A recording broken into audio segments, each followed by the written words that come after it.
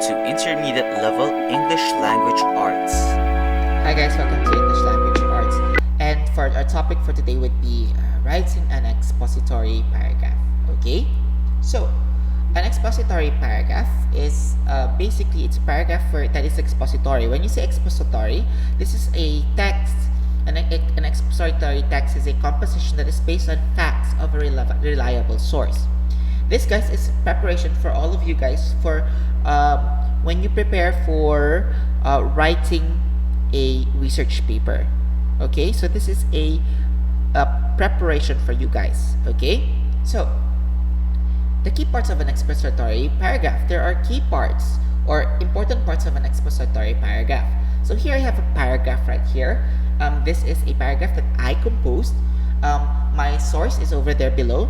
worldlife.org/magazine/issues/spring 2017/article/wild pandas get a boost too. So this is the paragraph that I created, right? Pandas used to be endangered animals. They are not anymore endangered. Rather, their status has been upgraded from endangered to vulnerable. Due to the world's efforts to increase their population, their numbers have increased. Their population has grown for nearly 17% over the past decade.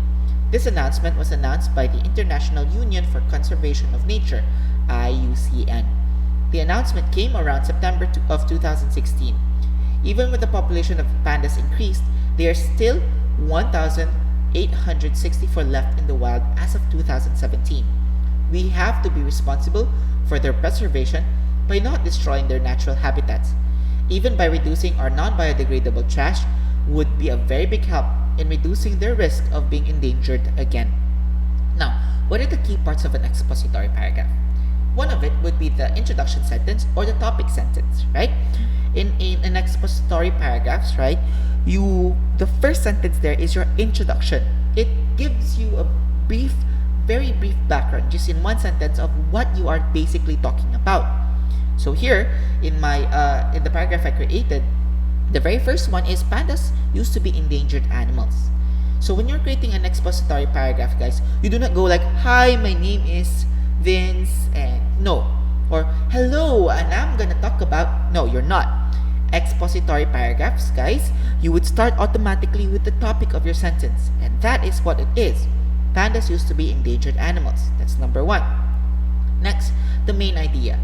Following up with the topic sentence would be the general idea of what you're talking about. How did this come about, right? So here we have, they are not anymore endangered. Rather, their status has been upgraded from endangered to vulnerable. Sometimes your main idea, guys, could be 1 to 2 sentences long. Okay? Depends, usually. Sometimes some main ideas are very long, but they come after the introduction sentence. Okay? This is the main idea. So with the topic sentence and the main idea, you have biggest or the general idea of what you are talking about. Next would be the details. This is usually the body of the sentence, of the paragraph, I should say. These are the details about how this came about, specific details. Like, for example, it was explained here, due to the world's efforts to increase their population, their numbers have increased. There, that's how it explains, it gives details to the endangered to vulnerable. Their population has grown for nearly 17% for the past decade. Another explanation or detail, how come it's upgraded from endangered to vulnerable. This announcement was announced by the International Union of Conservation of Nature. That is a detail pertaining to my statement. How did I come about with this statement wherein I said that pandas used to be endangered? Who said? There we go. IUCN. Next, the announcement came around September of 2016. So when was this announced? There we go. And even the population of pandas increased, there's still 1,864 left in the world as of 2017. That's another detail why they are still vulnerable. And they're not anymore just past endangered, but they're still vulnerable. That means there's still risk, there's still a big risk that they would still become extinct. Okay? These are details. And next, the conclusion. Conclusion, guys, this is usually the part wherein you would give a conclusion. You would conclude it by either giving a summary are giving your thoughts, your opinions, or what you've learned, or your ideas about it. So example here, we have to be responsible for their preservation by not destroying their natural habitats. There we go. That is my opinion, so that they would still be preserved and that they will not anymore become endangered or extinct, right? There we go. Even by reducing our non-biodegradable trash would be a very big help in reducing the risk of being endangered again. That's my opinion again as to how are we able to do this. Okay? That's the conclusion part. So, for your pre-write, guys, think of any appropriate and decent topic. Has to be appropriate and decent topic. So any specific one. Would you like to talk about food, butterflies, cars, toys, specific kinds of toys, specific kinds of cars, games? Could be, guys. Why not?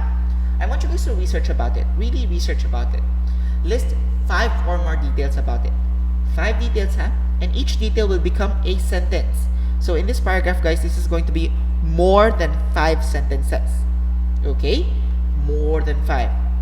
Think of about your conclusion. What do you think of it? What did you learn about it? What is the relevance of your topic? Why is your topic important? Why is it important that people should know that pandas are not anymore endangered? Or why is it important to know that the vaccine created for the COVID-19 is being developed by these companies? Stuff like that, right? Whatever your topic would be, guys, make sure that you have to think already of your conclusion. What did you learn about it? Okay? So, while you're there in your pre-write, I want you guys to fill out these blanks, right?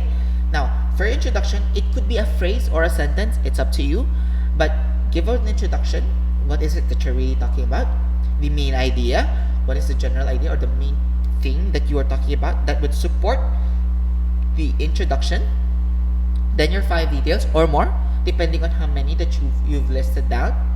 These could be just words for the details part. It could just be words or phrases. It's fine. They need not to be sentences. And then your conclusion. Okay. For the conclusion, guys, make it a sentence. Make the conclusion a sentence. It's gonna become easier for you guys later on. Now, for your draft, combine these different ideas. They have to be in order, huh? Introduction sentence, followed by the main idea sentences, followed by the different details, and then your conclusion. Turn the phrases into sentences or the words into sentences. Combine them to make one paragraph. Just one paragraph, guys. Okay?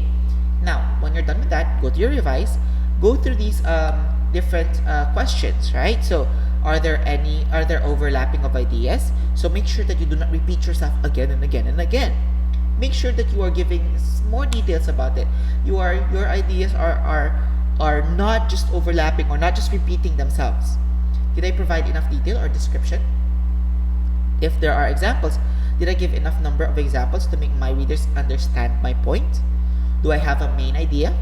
Is there a detail that does not support the main idea? Did I wrap up my composition?